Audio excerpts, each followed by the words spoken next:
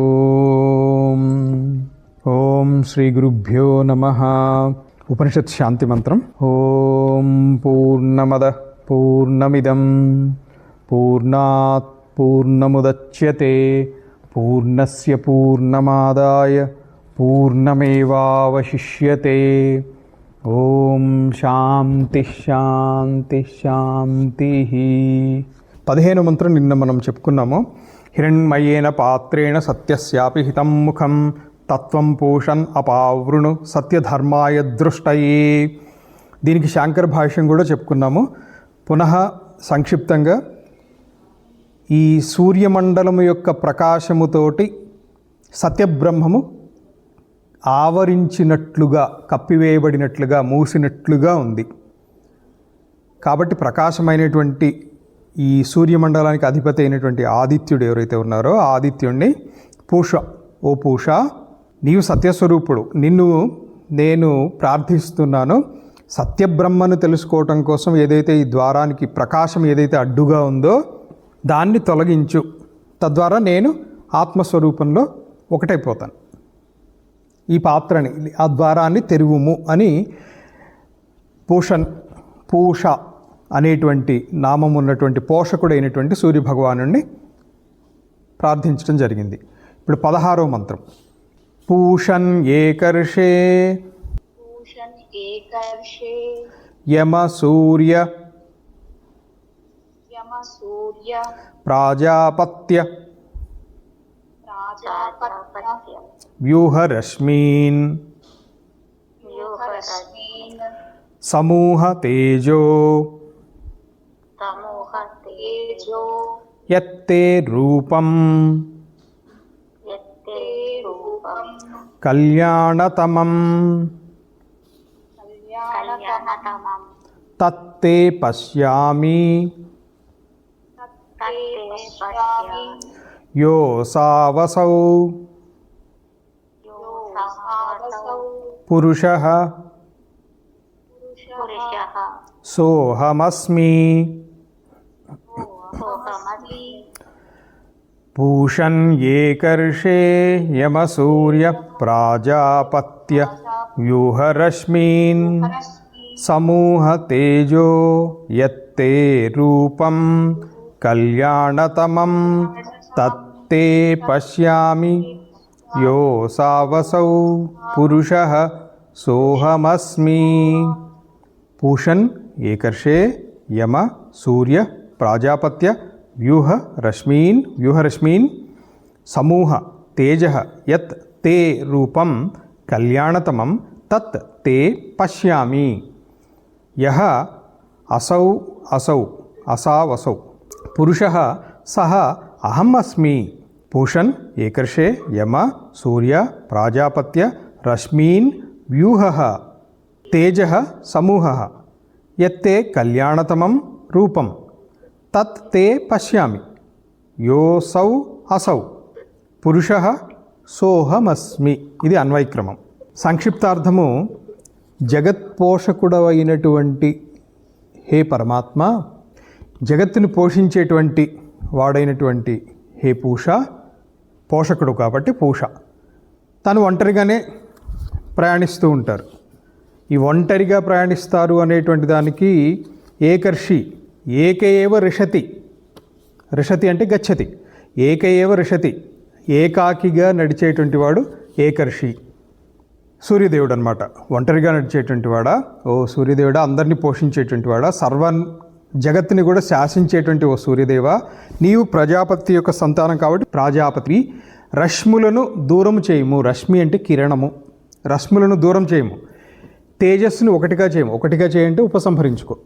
నీ యొక్క అతి శోభించినటువంటి రూపం ఏదైతే ఉందో, అతిశయించి శోభించేటువంటి రూపం ఏదైతే ఉందో, దీన్ని నీ అనుగ్రహంతో మేము చూడగలుగుతున్నాం. ఈ ఆదిత్య మండలాంతర్గతమైనటువంటి పురుషుడు ఎవరైతే ఉన్నారో ఆ పురుషుడు సత్య ఆత్మ. ఈ వ్యాహృతులు అవయములుగా కలిగినటువంటి ఆ పురుషుడు నేనే అగుచున్నాను, నాకంటే అభిన్నమే అది. ఇది సంక్షిప్తార్థము. దీనికి శాంకర భాష్యం. పూషన్ ఇతి, హే పూషన్, జగతః పోషణాత్ పూషా రవి. సూర్యదేవుడు జగత్తుని పోషించేటువంటి వాడు కాబట్టి జగత్ పోషకుడు. తథా ఏక ఏవ రిషతి గచ్చతి ఇది ఏకర్షి. ఒక్కడే ప్రయాణిస్తూ ఉంటాడు కాబట్టి ఏకర్షి. హే ఏకర్షే తథా సర్వస్య సంయమనాత్ యమః. అందరినీ కూడా సంయమనాత్ సంయమనం చేయటం ద్వారా అంటే నిగ్రహించటం ద్వారా, అందరినీ అంటే ఇక్కడ రశ్ముల యొక్క, రశ్మి అంటే ఇక్కడ ప్రాణముల యొక్క మరియు రసముల యొక్క, వీటిని స్వీకరించేటువంటి వాడు. ఉదాహరణకి సముద్రంలో నుంచి జలము మేఘంలోకి ఎలా వెళ్తుంది? సూర్యరశ్మి ద్వారా గ్రహిస్తున్నాడు అని. కాబట్టి ఆ పేరు వచ్చింది, సూర్యుడు అనేటువంటి పేరు అందుకు వచ్చింది. ఓ సూర్య, నీవు ప్రజాపతి యొక్క సంతానం కాబట్టి ప్రాజాపత్య. ఓ ప్రాజాపత్య, నీవైనా రశ్ములను దూరం చేయము. అంటే ఒకడే అయినటువంటి ఆయనకి ఏకర్షి, పూష, ప్రాజాపత్య, ఇలా యమ, ఇవన్నీ కూడా ఒక్కడే అయినటువంటి ఆయనని, ఆయన చేసేటువంటి తత్తత్కర్మని అనుసరించి ఆ నామాలతో సంబోధనం చేస్తూ, ఓ ప్రాజాపత్య, నీవైనా రశ్ములను దూరం చేయి, ఒక్కటిగా చెయ్యి. తథా రశ్మీనాం ప్రాణానాం రసానాం చ స్వీకరణాత్ సూర్య. హే సూర్య, ప్రజాపతే అపత్యం ప్రాజాపత్య. హే ప్రాజాపత్య, వ్యూహ విగమయ రశ్మీన్ స్వాన్. విగమయ అంటే రశ్మిలను ఉపసంహరించు. సమూహ ఏకీకురు, ఏకీకురు ఉపసంహార. తే తేజ, నీ యొక్క తేజస్సును ఉపసంహరించు, నీ యొక్క ప్రకాశమును ఉపసంహరించు. తేజ తావకం జ్యోతి. తావకం అంటే త్వదీయం, నీ యొక్క ప్రకాశవంతమైనటువంటి కాంతి ఏదైతే ఉందో దీనిని ఉపసంహరించు. యత్ తే తవ రూపం కళ్యాణతమం అత్యంత శోభనం తత్ తే స్వాత్మనః ప్రసాదాత్ పశ్యామి. ఇది నీ యొక్క అనుగ్రహంతో నేను దర్శించగలుగుతున్నాను. ఈ అతిశయించినటువంటి రూపము, శోభ ఏదైతే నీది ఉందో దీన్ని, ఈ నీ రూపాన్ని నీ అనుగ్రహం వల్ల దర్శిస్తున్నాను. ఇంతేకాదు, ప్రసాదాత్ పశ్యామి. కించ అహం నాతు త్వాం భూత్యవత్ యాచే. భృత్యవత్ యాచే, భృత్యవత్ అంటే సేవకుడి వలె నా యాచే. నేను నిన్ను ఒక సేవకుడిలాగా అర్థించటం లేదు. ఎందుకని? కించ అహం నతు త్వాం భృత్యవత్ యాచే. యో అసౌ ఆదిత్యమండలస్థః అసౌ వ్యాహృత్యవయవః అవయవః పురుషః పురుషాకారత్వాత్. కారణం ఏంటంటే ఆదిత్య మండలాంతర్గతమైనటువంటి పురుషుడు ఎవరైతే ఉన్నారో ఆ పురుషుడు నేనే అవుచున్నాను. నా ఆత్మ కంటే భిన్నమైనటువంటిది కాదు, నేనే అది, అదే నేను. పురుషాకారత్వాత్ పూర్ణం వా అనేన ప్రాణబుద్ధ్యాత్మన జగత్ సమస్తమితి పురుష. పురుష రూపంలో అంటే వ్యాహృతులు. భూ అనేటువంటి వ్యాహృతి శిరస్సుగాను, భువః అనేటువంటి వ్యాహృతి భుజములుగాను, స్వహ అనేటువంటి వ్యాహృతి పాదములుగాను ఒక పురుషాకారంలో కల్పించితే ఈ వ్యాహృతుల ద్వారా సూచించబడుతోంది. కాబట్టి పురుషుడు ఈ మనిషి ఆకారంలో ఉండటం ద్వారా ఈ ఆకృతికి పురుషుడు అని పేరు వచ్చింది. లేదా పూర్ణం వా అనేన ప్రాణబుద్ధ్యాత్మన జగత్ సమస్తమితి పురుష. ఇంకొక అర్థం ఏంటి పురుష అనేటువంటి దానికి? ఇంతకుముందు కూడా చెప్పుకున్నాం ఇతర ఉపనిషత్తులలో.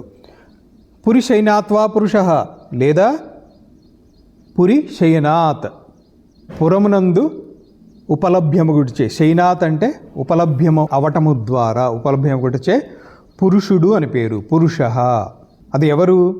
సహ అహం అస్మి భవామి, అది నేనే అవుచున్నాను, అది నేనే అగుచున్నాను, నేనే అది. ఇది 16వ మంత్రం యొక్క ఉపాసకుని యొక్క ప్రార్థన. ఈ ఉపాసన యొక్క ప్రార్థన 17 మంత్రంలో కూడా కంటిన్యూ అవుతుంది. ఉపనిషత్ శాంతి మంత్రం. ఓం పూర్ణమద పూర్ణమిదం పూర్ణాత్ పూర్ణముదచ్యతే పూర్ణస్య పూర్ణమాదాయ పూర్ణమేవావశిష్యతే. ఓం శాంతి శాంతి శాంతి.